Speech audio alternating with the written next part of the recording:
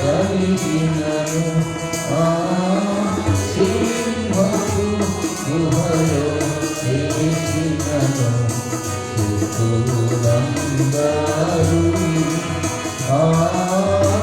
సింహపు గుహలో చేసినను శత్రువులందరూ తమ దేవుని ఎదురుగా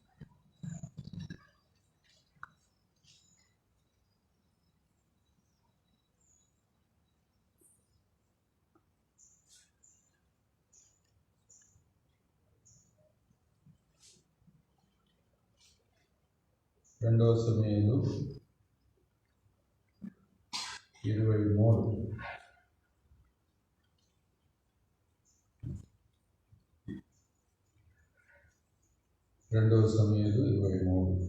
దావీదు రచించిన చివరి మాటలు ఇవే. యెషయి కుమారుడు దావీదు పలికిన దేవోక్తి ఇదే. యాకోబు దేవుని చేత అభిషక్తుడై మహాధిపత్యము నొందినవాడు, ఇశ్రాయేలు స్తోత్ర గీతములను మధుర గానము చేసిన గాయకుడునకు దావీదు పలికిన దేవోక్తి ఇదే.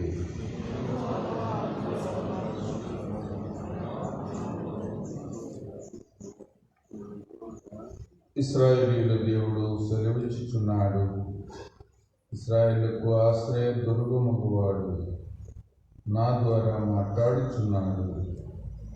మనుషులను ఏలునొకడు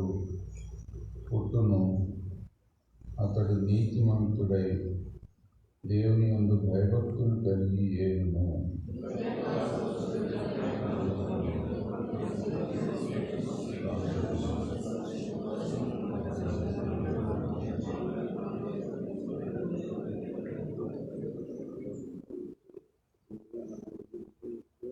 నా సంతతి వారు దేవుని దృష్టికి అనుకూలులే కదా. ఆయన నాతో నిత్య నిబంధన చేసి ఉన్నాడు. ఆయన నిబంధన సర్వసంపూర్ణమైన నిబంధనని, అది స్థిరమైన దేవునికి పూర్ణానుకూలము. అది నాకు అనుగ్రహింపబడిన రక్షణార్థమైనది. నిశ్చయముగా ఆయన దాన్ని నెరవేర్చును.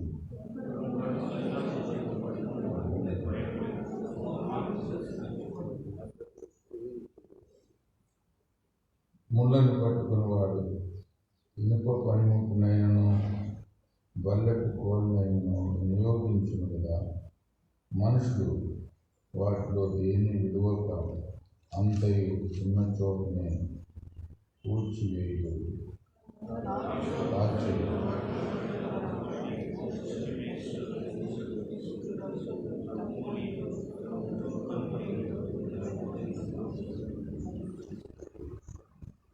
ఇతని తరువాత వాడు మహావీరుడైన దోదో కుమారుడైన ఎలియాజరు.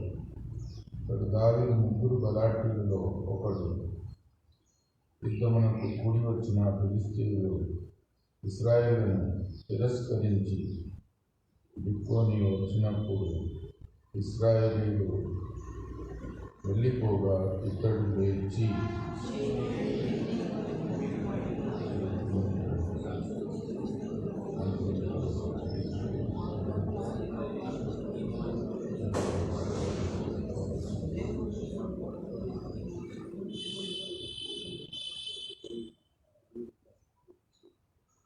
ఇతని తరువాత వారెవరనగా హరారీయుడగు ఆగే కుమారుడైన షమ్మ. ఫిలిష్తీయులు అలచందల శ్రేణిలో గుంపు కూడగా జనులు ఫిలిష్తీయుల ఎదుట నిలవలేక పారిపోయి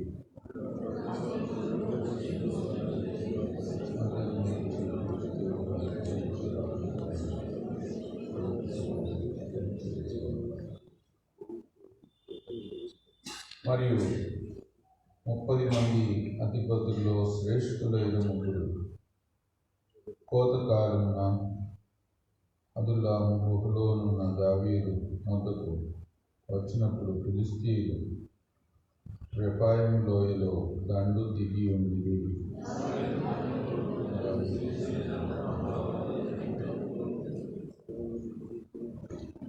దావీదు బెత్లెహేము గవిని దగ్గరనున్న బావి నీళ్లు ఎవడైనా నాకు తెచ్చి ఇచ్చిన ఎడల ఎంతో సంతోషించుదనని అధికారితో పలుకగా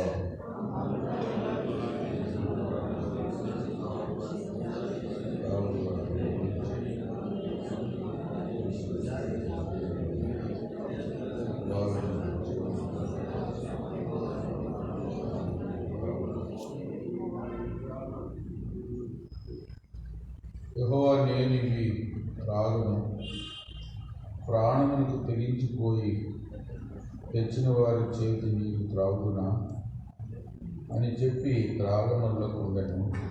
ఆ ముగ్గురు బలాఢ్యులు ఈ కార్యములు చేసిరి.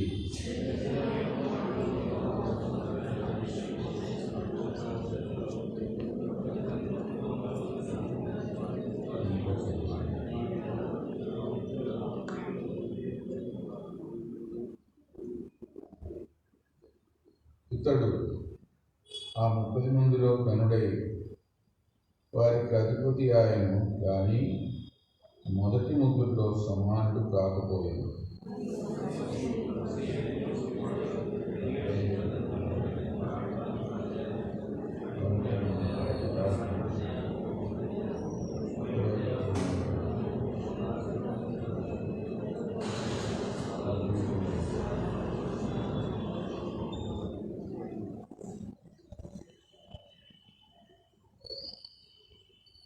ఇంకను అతడు సౌందర్యవంతుడైన ఒక ఐగుప్తీయుని చంపెను. ఈ ఐగుప్తీయుని చేతిలో ఈటె ఉండగా బెనాయ దుడ్డు కర్ర తీసుకొని వాని మీద పోయి వాని చేతిలోని ఈటె ఊడలాగి దానితోనే వాని చంపేది.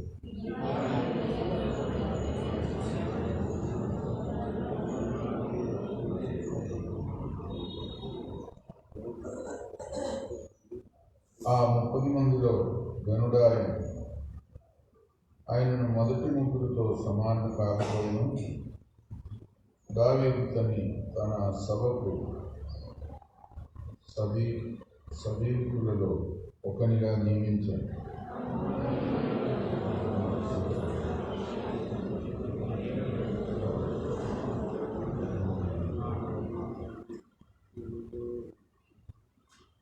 అరోదీయుడైన షమ్మా,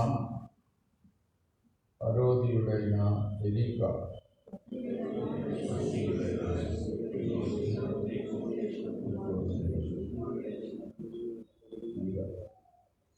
అనాతోత్యుడైన అబియేజరు, హుషాతీయుడైన మెగునై,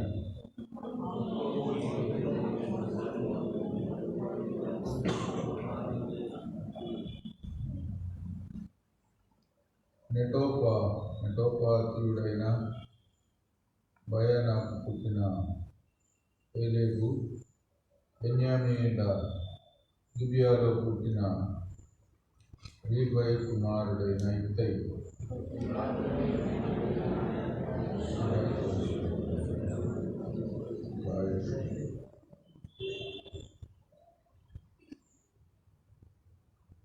అర్బాతీయుడైన అబీలోను, బర్షూనీయుడైన అజ్మావేతు,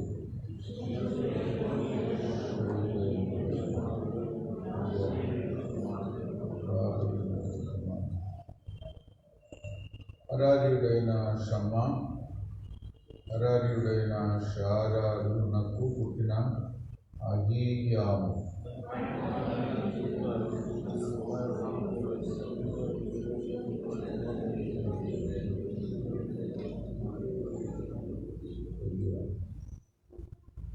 కర్మేతీయుడైన ఎన్స్త్రీ, అర్బీయుడైన వైరై,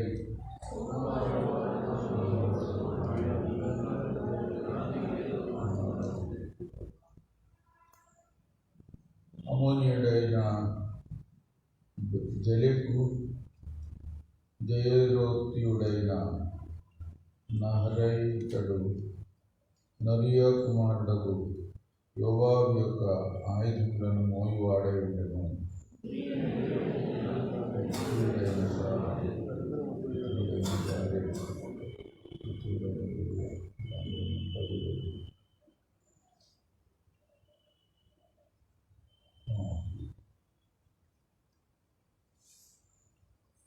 మొదటి వచనం, దావీదు రచించిన చివరి మాటలు ఇవే. యెషయి కుమారుడు దావీదు పలికిన దేవోక్తి. యాకోబు దేవుని చేత అభిషక్తుడై మహాధిపత్యము నొందిన వాడును, ఇశ్రాయేలు స్తోత్ర గీతము మధురగానం చేసిన గాయకుడునకు దావీదు పలికిన దేవోక్తి ఇది. దావీదు తన జీవితం యొక్క చివరి దశలో పలికిన మాటలు, తన అనుభవాలన్నింటిలో తాను నేర్చుకున్న పాఠములు, అంతేకాకుండా అనేకులకు తరబీదు కూడా ఇచ్చి, ధైర్యం ఇచ్చి, సాహసం నేర్పించి, విశ్వాసంలో బలపరచు, ముఖ్యంగా దేవుణ్ణి స్తుతించేది నేర్పించాడు. దావీదు నుండి అదే మనం ముఖ్యంగా నేర్చుకున్నాం. దేవుణ్ణి ఆరాధించేది, శ్రేష్టమైన అర్థంతో దేవుని స్తుతించాలి, అనుభవంతో స్తుతించాలి.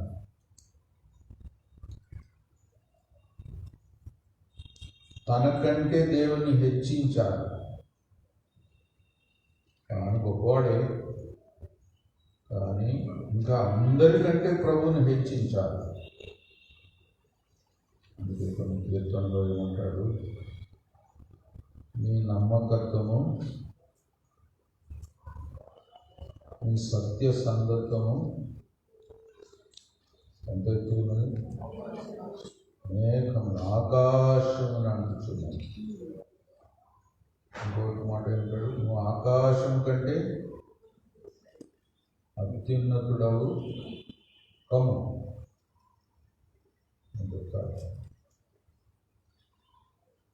అలాంటి ఆశ సాధారణంగా మనుషులకు రావడం అంటే కష్టమే. నేను గొప్ప అంటారు కదా, నేను నీకంటే గొప్ప అంటారు, నా అంత గొప్ప ఎవరు లేరు అంటారు. అందుకే లోకం పరిస్థితిలో ఉంది, నేను గొప్ప, నేను గొప్ప. మరి ఇప్పుడు మందన్న కనిపెట్టండి, కరోనాకు గొప్పవే కానీ అది జాతరాలు. కాబట్టి ఈ లోకంలో మనుషులు తమను తాము హెచ్చించుకుంటారు.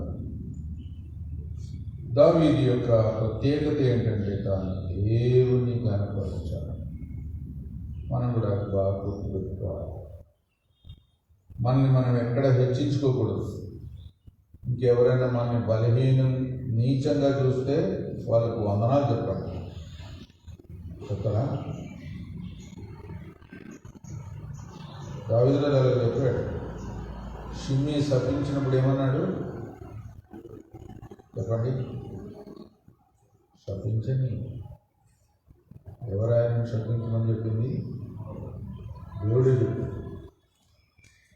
నా దుఃఖమును దేవుడు చూసి నాకు మేలు చేస్తాడు. అట్లా అంటారా ఎవరన్నా? ఇంకా నాట్యం ఆడే మందస్సం ముందు మీకాలేమో ఏమయ్యా సిగ్గు పోయింది, నీ సిగ్గు పోయింది ఒకటే, నాది పోయింది. అయినా రోడ్డు మీద రాజు నాట్యం అంటారా ఎవరైనా?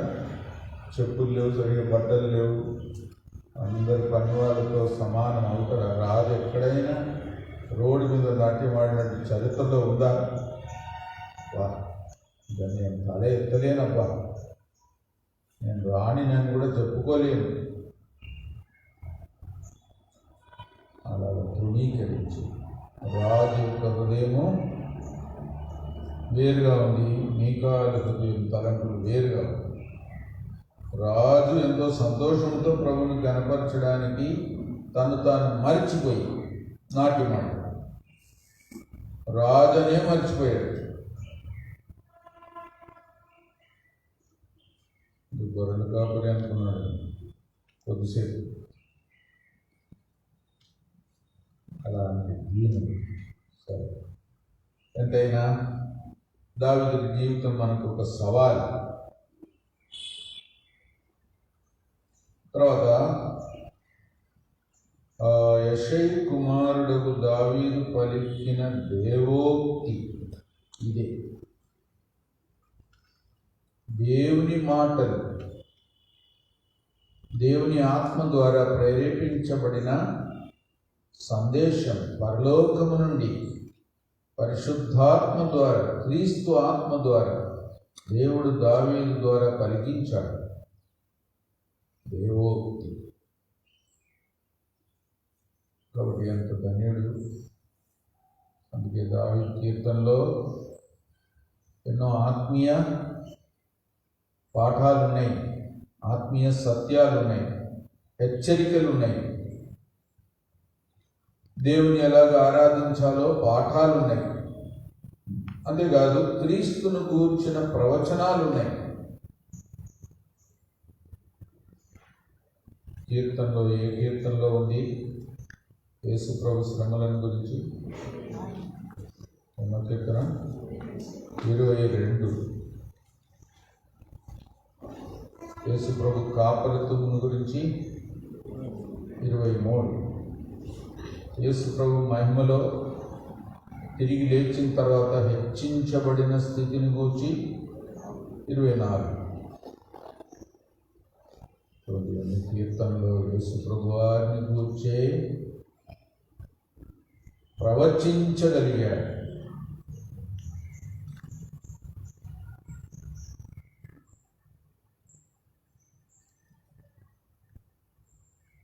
నా ప్రభుతో నా కుడిపార్శ్వమందు కూర్చుండుము, నేను నీ శత్రువులను నీ పాదపీఠముగా చేయవాడు. ప్రభువు లోకాన్ని ఏలే సందర్భం దాని గురించి కూడా చెప్పాడు. ఎన్నో కీర్తనలు 110. అలాగే చూస్తే ఎన్ని ప్రవచనాలు, ప్రభువును గూర్చిన వివరణలు. దావీదు రాజు దేవోక్తి పలుకగలిగాడు. ఎంతో ధన్యుడు.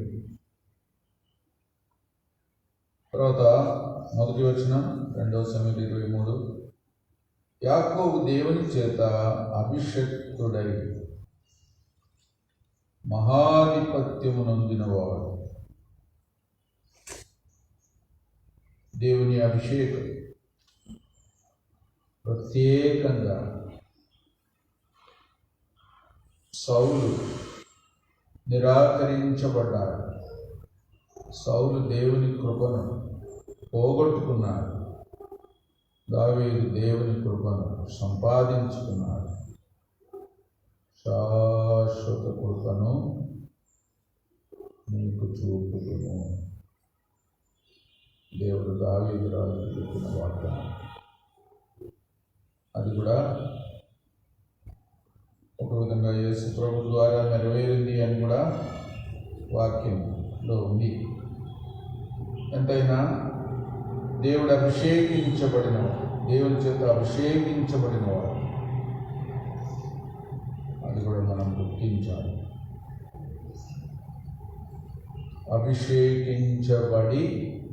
అభిషేకించబడిన యోగ్యుడైన వ్యక్తిగా జీవించినవాడు. సౌలు అభిషేకించబడ్డాడు, కానీ చివరికి అభిషేకం పోగొట్టుకున్నట్టే ఉన్నాడు. కానీ దావీదు దేవుని అభిషేకానికి పాత్రుడుగా, యోగ్యుడిగా జీవించాడు. తర్వాత 23వ అధ్యాయం 1వ వచనం. ఇశ్రాయేలీయుల స్తోత్ర గీతములను మధుర గానము చేసిన గాయకుడనకు దావీదు. ఇశ్రాయేలీయుల స్తోత్ర గీతము మధుర గానం. దావీదు పాట పాడితే సౌలులో ఉన్న దురాత్మ వెళ్ళిపోయింది. అంత బలమైన, నిజమైన, ప్రభువును హెచ్చించే పాట, హృదయపూర్తిగా పాడితే దయ్యాలు వస్తాయి. అంటే స్టైల్గా పడతారు, లేకుంటే తమను తాము చూయించుకోవడానికి వాడతారండి. రాగము తాళము బాగుంది అని అందరు చప్పట్లు కొట్టాలి. దావీదు రాజు దేవుని ఘనపరచిన, రమ్యంగా పాడాడు, తాళముతో రాగముతో మధురముగా పాడాడు, కానీ దేవుని ఘనపరచడానికి. ఇప్పుడు లోకమంతా కూడా, క్రైస్తత్వం అంతా కూడా కీర్తనల మీద కట్టబడిన పాటలు ఎన్ని పాడుతున్నారు. ఒక విధంగా దావీదు లోకమంతటికి దేవుని స్తుతించడానికి నేర్పాడు ఎన్నో పాటలు. ఒక గొర్రెల కాపరి చదువు కూడా ఉంటుంది. అలాంటి వ్యక్తి లోకమంతటికి దేవుని స్తుతించే మధుర గీతములు నేర్పించాడు అంటే ఎంత గొప్పవాడు చూడండి.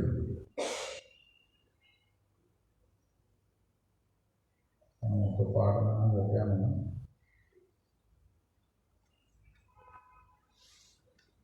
పాట కట్టేది ఎంత కష్టమో, కొత్త పాట. దావీదు రాజు యొక్క నైపుణ్యత, దేవుడిచ్చిన తలాంతులు, దేవుడు అలాగ తను వాడుకున్నాడు.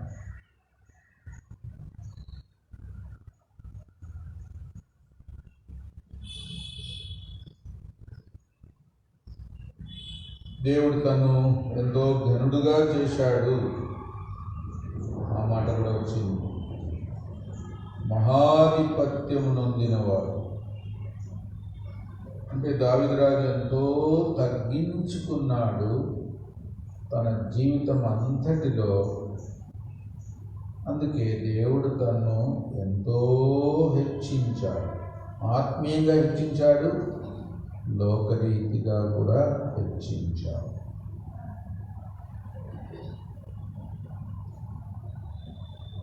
ఎన్నో శ్రమలు కూడా పడ్డాడు, అది కూడా నీతిగా జీవించి ప్రభు కొరకు శ్రమ పడ్డాడు. అది తను హెచ్చించి, ఆ మాట చదవండి, నీతిగా. ప్రభుతో మనం శ్రమ పడితే ప్రభుతో మనం మహిమపరచబడతాం. 8:17 రోమా.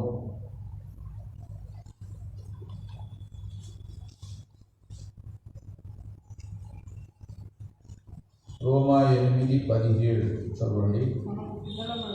మన పిల్లలమైతే వారసులం,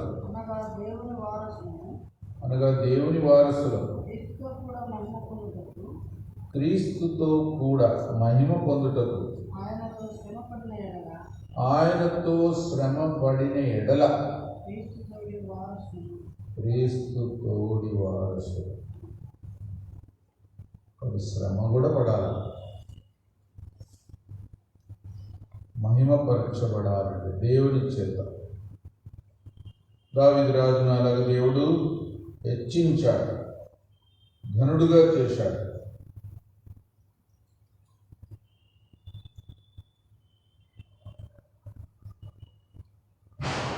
తర్వాత 3వ వచనం చదవండి. 2 సమూయేలు 23:3.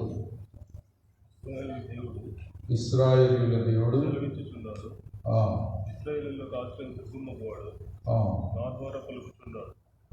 మనుషులను ఏలునప్పుడు పుట్టును, అతను నీతిమంతుడై దేవుని యందు భయభక్తులు కలిగి నీతిమంతుడై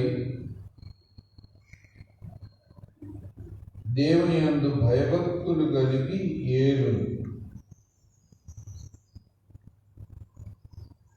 ఇంగ్లీష్లో ఏముందంటే, ప్రజలను ఏలువాడు భయభక్తులు కలిగి నీతిమంతుడై ఉండవలెను. ఒక విధంగా ఈ మాటలో తెలుగులో ఎలా వచ్చిందంటే, ఒక రాజు భవిష్యత్తులో వస్తాడు, దేవుని యందు భయభక్తులు కలిగి నీతిగా ఏలుతాడు అంటే యేసుప్రభువు. అలాగా భవిష్యత్తును గురించి రాయబడినట్టే ప్రవచించేలాగా ఉంది. కానీ ఇంగ్లీష్లో ఏలువాడు అలా ఉండవలెను అని ఒక షరతు. అంటే దావీదు రాజు అలాగ ఉండినాడు. దావీదు రాజు వలె అనేక మంది ఇశ్రాయేలు ఏలిన రాజులు కాలేకపోయారు అని కూడా తారతమ్యం చూపెట్టి రాయబడింది. కొంతవరకు మంచివాడుగా ఉండినాడు, కానీ దావీదు రాజు వలె కాలేకపోయాడు, అంత మంచివాడు కాలేకపోయాడు. దావీదు రాజు ఒక మాదిరి అయినాడు, భయభక్తులు కలిగి దేవునికి భయపడడం, దేవుని ఆజ్ఞలను శ్రద్ధగా విని దాన్ని విని వణుకాలి. దేవునికి అంతగా భయపడాలి. దేవుని మాటలను ధ్యానించి వణుకాలి. అదొక యోగ్యత. 66:2 యెషయా చదవండి. 66:2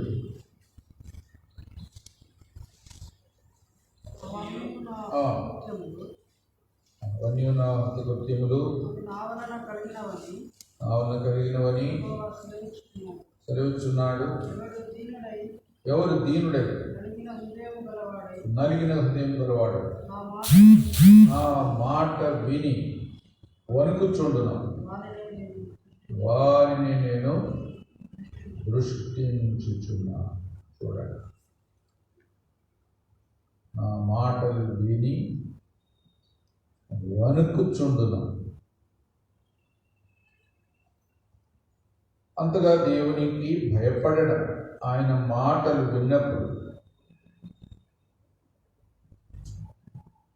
కాబట్టి అలాగ జీవించడం ఒక విధంగా ఒక యోగ్యత. దేవునికి భయపడడం, మనుషులకు భయపడకుండా, శత్రువుకు భయపడకుండా, పరిస్థితులకు భయపడకుండా, ఏదో అపాయానికి భయపడకుండా. మన భయాలన్నీ వేరుగా ఉంటాయి, వేరే వారిని బట్టి ఉంటుంది. దేవునికి భయపడాలి, అన్నిటికంటే అందరికంటే మిక్కిలి. ఎందుకంటే దేవునికి ఉన్నంత అధికారం ఎవరికి లేదు. మన ప్రాణం మీద కూడా ఆయనకే అధికారం. మనుషులకు ఏదో శరీరం మీద ప్రభావం ఉంటుంది, అంతవరకు. దేవునికి ప్రాణం మీద, నిత్యత్వం అంతటిలో మన ప్రాణములను ఎక్కడికి పంపాలనే తీర్మానం ఆయనే చేస్తాడు. ఇంకా ఆయనకు భయపడాలి.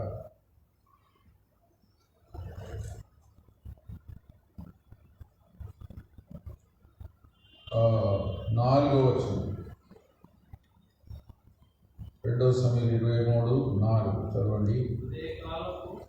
ఉదయకాలపు సూర్యోదయ కాంతి వలెను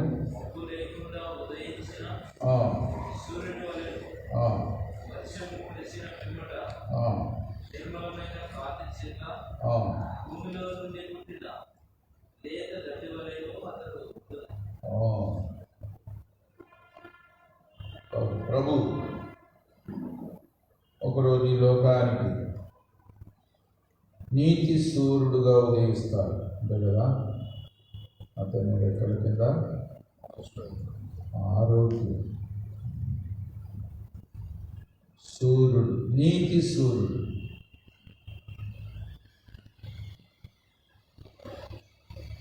అందుకే మనం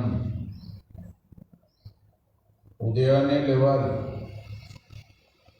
వేకువనే లేచెదరు, స్తుతిగానము చేసేదరు.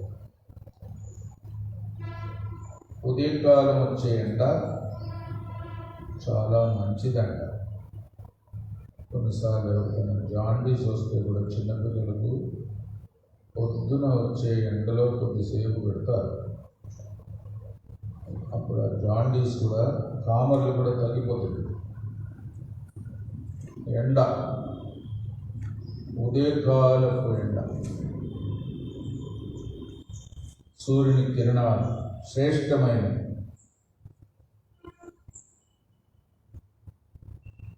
దేవుని వేకువనే వెతకడం.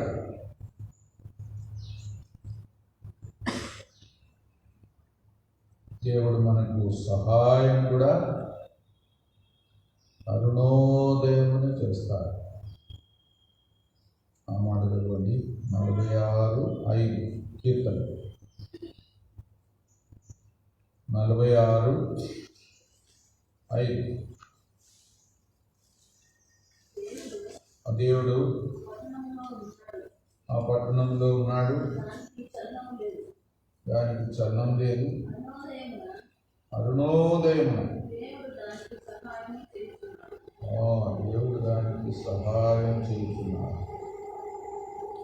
46:5.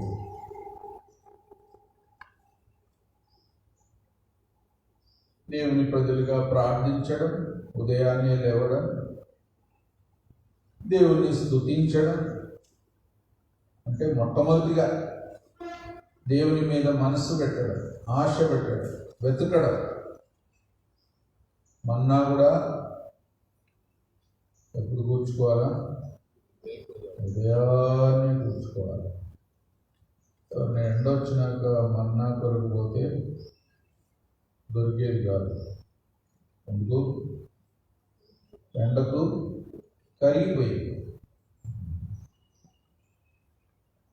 ప్రభు మనకు ఉదయాన్నే వేకువని మొదటిగానే ఆశతో ఆయనను మనం వెతకాలి. అదొక యోగ్యత. మొట్టమొదటిగా పొద్దున లేస్తేనే కాఫీ కావాలనొద్దు, ఇప్పుడు న్యూస్ పేపర్ తీసుకురండి అనొద్దు. మొదట దేవుని వెతకాలి. పొద్దున లేవగానే మొదట దేవుడు. అది శ్రేష్టమైన జీవితం విధానం. దేవుడు మనలను తృప్తిపరుస్తాడు కూడా తన కృప ద్వారా. అది కూడా అరుణోదయం 90:14 కీర్తన.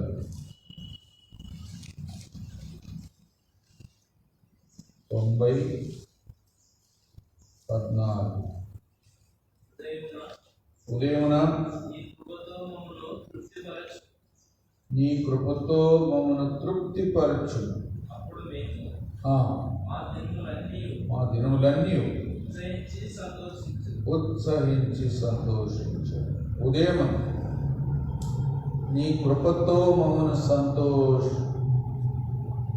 సంతోషపరచు, సంతృప్తిపరచు.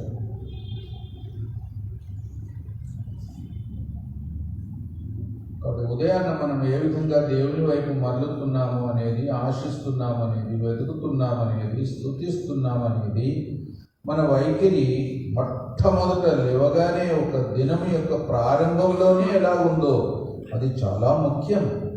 దావీదు రాగాలుగా చేశాడు, అందుకే ధన్యుడయ్యాడు. కృపతో తృప్తి పొందాడు, సహాయం పొందాడు, ఫలింప చేయబడ్డాడు. మంచు కురిసినట్టు, గడ్డి మొలిసినట్టు, ఫలవంతమైన మంచు ద్వారా కూడా కొన్ని పండ్లు ఫలిస్తాయి. అది కూడా ఒక గొప్ప మాట. దావీదు రాజు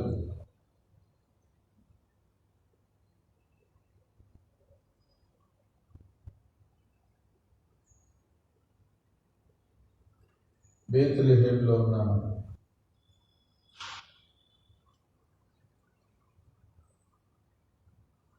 బావి నీళ్లు తాగాలి, అక్కడ నీళ్ళు చాలా బాగుంటుంది, ఆశపడ్డాడు. చుట్టంతా సైన్యం ఉన్నారు, 3 వీరులు. మనకు ఎంతోమంది వీరులు, బలాఢ్యులు, పరాక్రమశాలుల యొక్క లిస్టు కూడా ఉంది ఈ అధ్యాయం అంతట్లో. 3 మాత్రం చాలా ప్రవీణులంట. వారిలాగా ఎవరు కాలేకపోయారు. వారు 3 శత్రు సైన్యంలో నుండి జొరబడి ఆ బావి దగ్గరికి పోయి ఆ నీళ్లు తెచ్చారు. దావీదు రాజు యొక్క దప్పికను తీర్చడానికి, ఆశను తీర్చడానికి. ఎందుకో దావీదు రాజుకు అలాంటి ఆశ వచ్చింది. మంచి నీళ్ళు. వారి ప్రాణం తెగించి తెచ్చిన తర్వాత ఏమంటాడు? 17వ వచనం ఎవరిని చదవండి. ప్రాణమునకు తెగించి త్రాగుదునా అని చెప్పి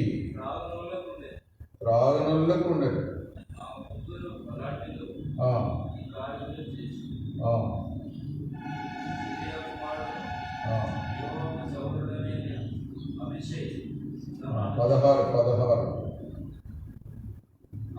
ఆ ముగ్గురు బలాఢ్యులు ఫిలిష్తీయుల దండు ఆ, ఆవిలవారిని ఓడించి ఆ, దారి చేసుకొని పోయి ఆ, బెత్లెహేము గవని దగ్గరనున్న ఆ.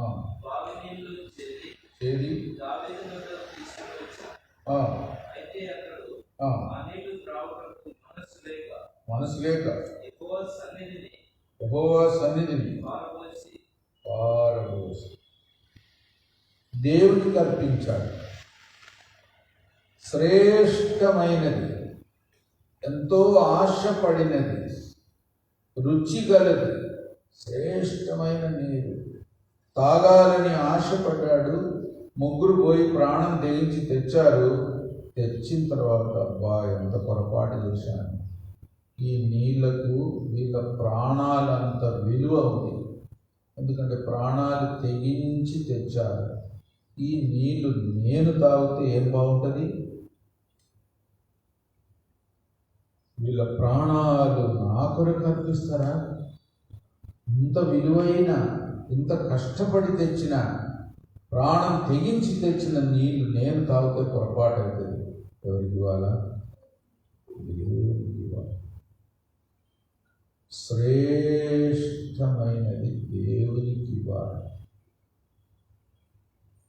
అని ఒక అర్థం తాను. అందుకే దేవునికి పానార్పణముగా పోశాడు, దేవునికి సమర్పించాడు. దావీదు యొక్క హృదయం ఎలాంటిదో, తన యొక్క మనస్సు ఎలాంటిదో, ఒక రాజై ఉండి కూడా శ్రేష్టమైనది నాకు అని కూడా అనకుండా దేవునికి, ఇది దేవుడే దీనికి అర్హుడు, ఇంత విలువ, ఇంత త్యాగం చేసి ముగ్గురు ప్రాణాలతో సమానమైన ఈ నీళ్లు నేను త్రాగగలనా అని చెప్పి దేవునికి సమర్పిస్తాడు. తన మనసు చూడాలి. కొన్నిసార్లు మనమే శ్రేష్టమైనది ఆశిస్తాం. మనకేదన్నా శ్రేష్టమైనది ఎవరైనా ఏమన్నా ఇస్తే ఎక్కడ పెట్టుకుంటారు? వెంటనే జోలో పెట్టుకుంటారు, రెండు పెట్టలు వేసి కాలనిస్తారు. ఎవరికి చూపెట్టకుండా దాచిపెట్టుకుంటారు. సరే, ఎన్నో చేస్తాం మనుషులుగా. దావీదు యొక్క మనసు చూడండి. అందుకే దావీదు దేవునికి అతి ప్రాముఖ్యత ఇవ్వగోరిన వ్యక్తి.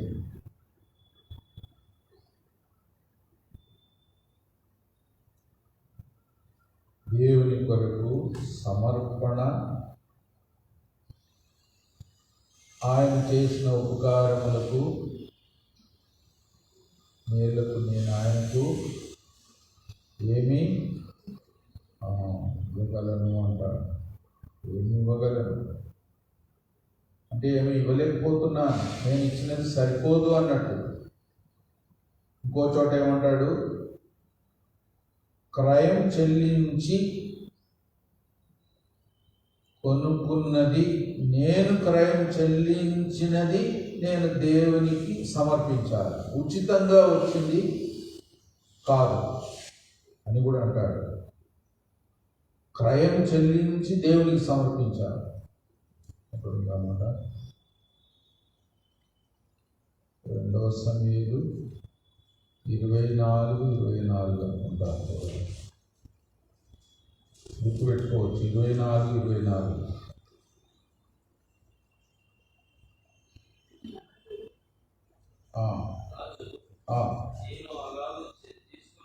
తీసుకోనండి. వెల ఇచ్చి నీ యొక్క పొందును, వెల ఇయ్యక నేను తీసుకొని దానిని నా దేవునికి యెహోవాకు దహన బలిగా అర్పించను. దేవునికి ఇచ్చేది ఊరికే వచ్చింది ఇవ్వకూడదు, ఊరికే తీసుకొని ఇవ్వకూడదు. ఎవరైనా ఊరికే ఇస్తామంటే కూడా దేవునికి అర్పించడానికి ఊరికే వచ్చింది ఇస్తే ఏం బాగుంటుంది? నేను క్రయం చెల్లించి దేవునికి ఇవ్వాలి. దావీదు యొక్క మనసు చూడండి. కాబట్టి దేవుని గణపరిచే మనసు అలా ఉంటుంది. మనం కూడా జాగ్రత్తగా ఉండాలి. దేవునికి ఇచ్చేది శ్రేష్టమైనది, విలువైనది, క్రయముతో కూడినది. మనకు కాదు శ్రేష్టమైనది, ఇంకెవరికి కాదు, దేవుడికి. అలాగ సమర్పించుకోవాలని ఎల్లప్పుడూ ఆశపడిన వ్యక్తి. దావీదు యొక్క సైన్యంలో ఎంతో మంది వీరులు, 30 మంది వీరులు,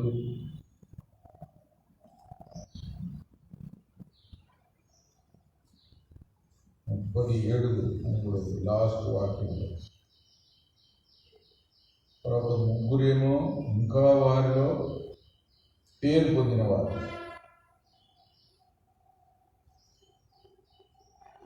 వారు ఎంతో వీర్య కార్యాలు చేశారు. ఒక విధంగా దేవుని కొరకు దేవుడు అనేకులను అనేక సందర్భాల్లో ప్రత్యేకమైన వారిగా ఏర్పరచుకున్నట్టు కూడా చదువుతాము. కొంతమంది అందరికంటే మించి కొన్ని సాహస కార్యాలు చేసినట్టు కూడా చదువుతాము. కొంతమంది ఆత్మీయంగా అనేకులను మించిపోయి దేవుని కొరకు సంఘములో దేవుని ప్రజలకు ఎంతో ప్రోత్సాహం, సమాధానం, ఉజ్జీవం కలిగించిన వారిని గురించి కూడా చదువుతాం. ఎంతోమంది అలాగే ఉన్నారు, వీరులు, ప్రవీణులు.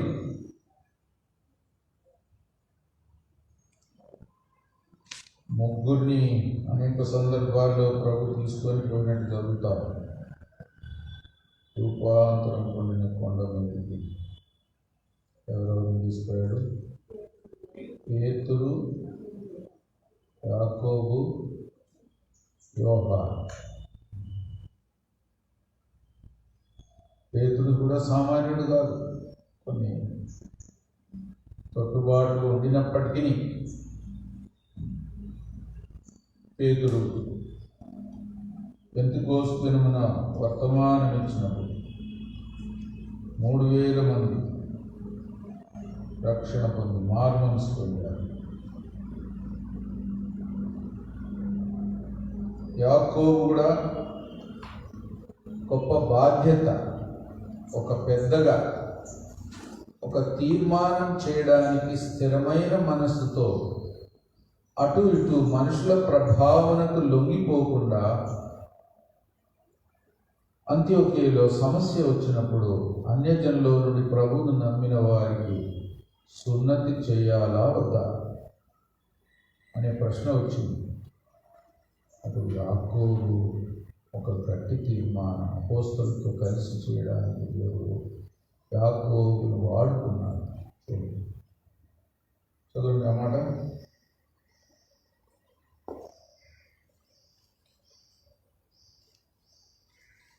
పదిహేను 13 అపోస్తలుల కార్యం.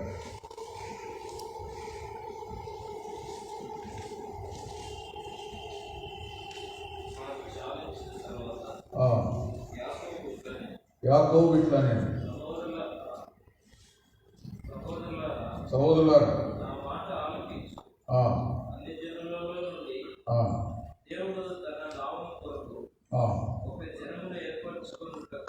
ఏర్పరచుకున్నట్టుకు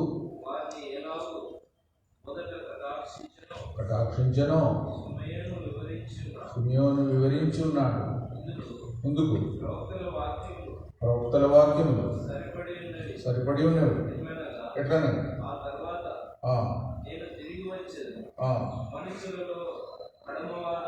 కడమవారును నా నామము ఎవరికి పెట్టబడెను ఆ సమస్తమైన అన్యజనులను ప్రభువును వెతుకున్నట్టు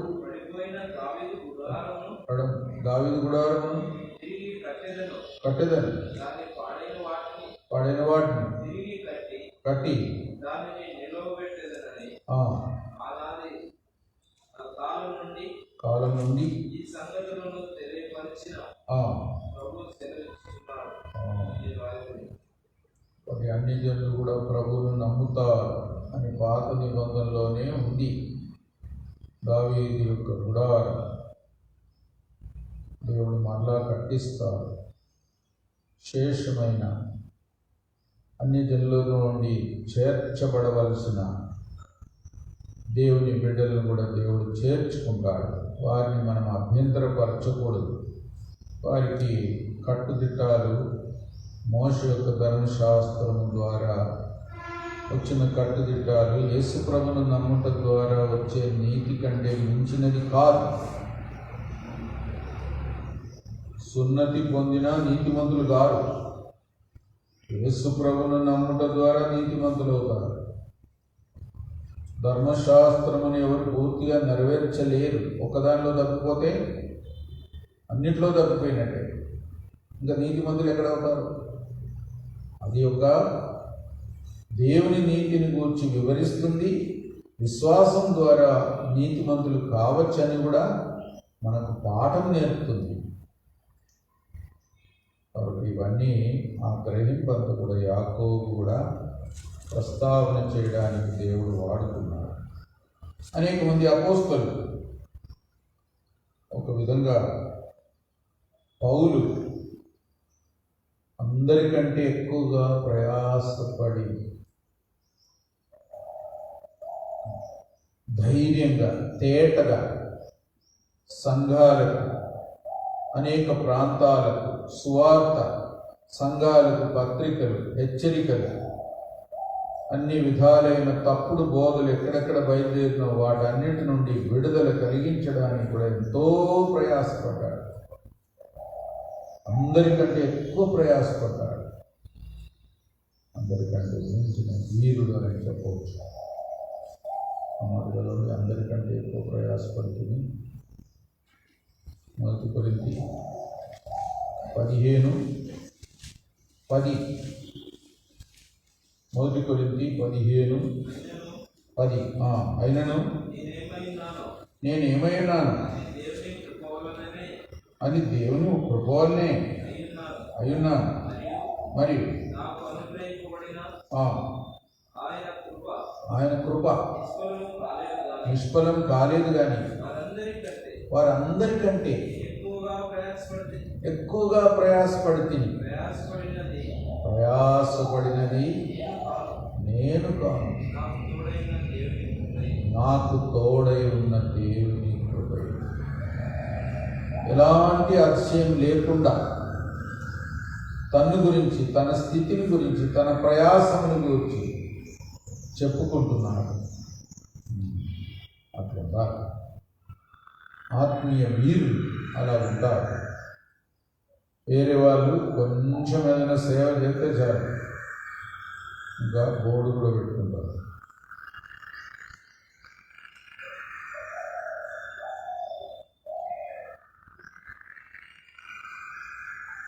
నేనే కట్టాను అంటారు. ఫలాని సంఘం నేనే కట్టాను, ఫలాని వ్యక్తిని నేనే రక్షించానంటారు.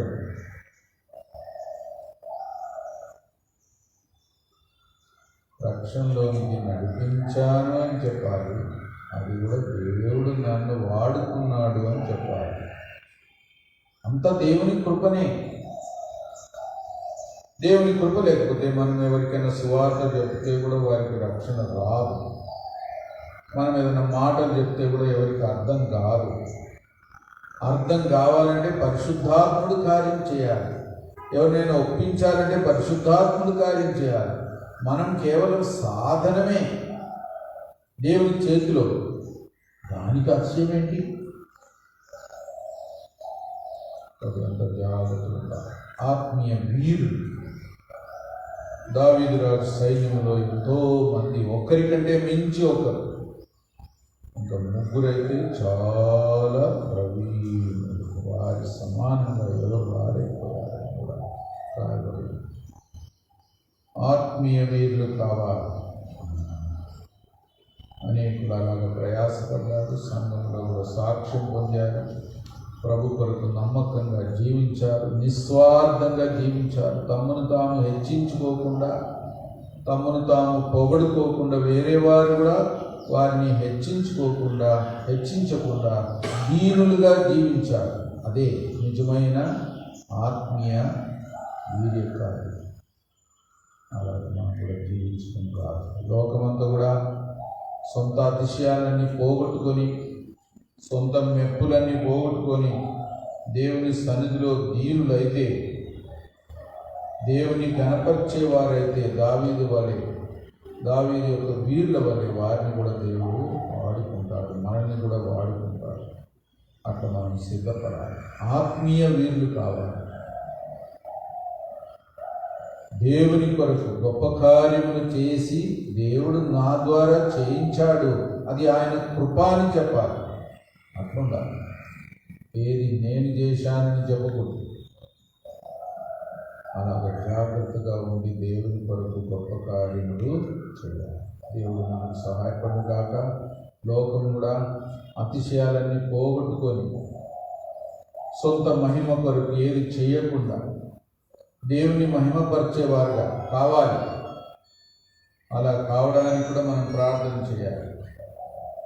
అప్పుడు లోకం జీవించబడుతుంది, తెగుళ్ళని ఆగిపోవు. దేవుని మహిమపరచాలి, దేవునికి ఘనత ఇవ్వాలి. దేవుడు చేసిన కార్యాలు మనలో జరగాల, మన ద్వారా జరగాలి, మన మధ్యలో జరగాలి. అప్పుడు ఆయనకు మహిమ వస్తుంది. అప్పుడు అలాగ అప్పగించుకుందాం మన దేశాన్ని, లోకమంతటిని, ప్రజలందరి కొరకు అలాగ ప్రార్థన చేస్తాం. గుడి సిస్టరు జ్వరం అంతా తగ్గింది అని చెప్పింది, ట్రీట్మెంట్ కూడా అవుతుంది అన్నారు. ప్రార్థన చేయండి, దేవునికి వందనాలు చెప్పండి. ఇంకా ఎవరైనా కష్టంలో ఉంటే వారి కొరకు ప్రార్థన చేయండి. విద్యాధరావు కూడా కొంత బాగున్నాడు, మరి ఆదివారం మందిరాన్ని కూడా వెళ్తాడేమో, ప్రార్థన చేయండి. ఇంకెవరైనా బాగలేకపోతే వారి కొరకు ప్రార్థన చేయండి. ఒక సహోదరుడు మొదలుపెట్టండి.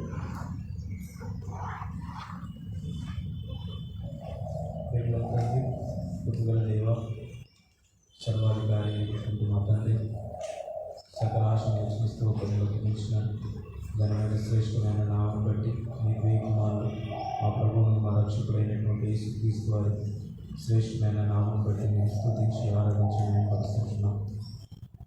మీ యొక్క ప్రేమ, మీ కనికరం, మీ యొక్క